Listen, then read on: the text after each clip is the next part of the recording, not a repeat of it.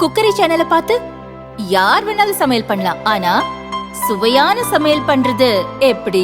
நான் இதயம் நல்லெண்ணெயில சமையல் பண்றேன். ஆஹா ஓஹோன்னு பாராட்டுறாங்க. நீங்களும் இதயம் நல்லெண்ணெயில சமையல் பண்ணுங்க, பாராட்ட வாங்குங்க.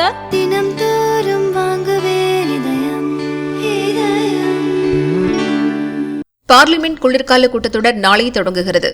நாளை மறுநாள் மத்திய நிதி அமைச்சர் நிர்மலா 2024-25 நிதியாண்டுக்கான பட்ஜெட்டை தாக்கல் செய்கிறார். பட்ஜெட் குறித்து நிர்மலாவுக்கு முதல்வர் ஸ்டாலின் கடிதம் அனுப்பியுள்ளார். மத்திய பட்ஜெட்டில் சென்னை மெட்ரோ ரயில் திட்டத்துக்கு நிதி ஒதுக்க வேண்டும், தாம்பரம் செங்கல்பட்டு இடையே மேம்பால விரைவு சாலை திட்டத்துக்கு ஒப்புதல் தர வேண்டும், 10 ஆண்டுகளாக வருமான வரி சுமை குறைக்கப்படும் என நடுத்தர குடும்பங்கள் எதிர்பார்த்திருக்கின்றன.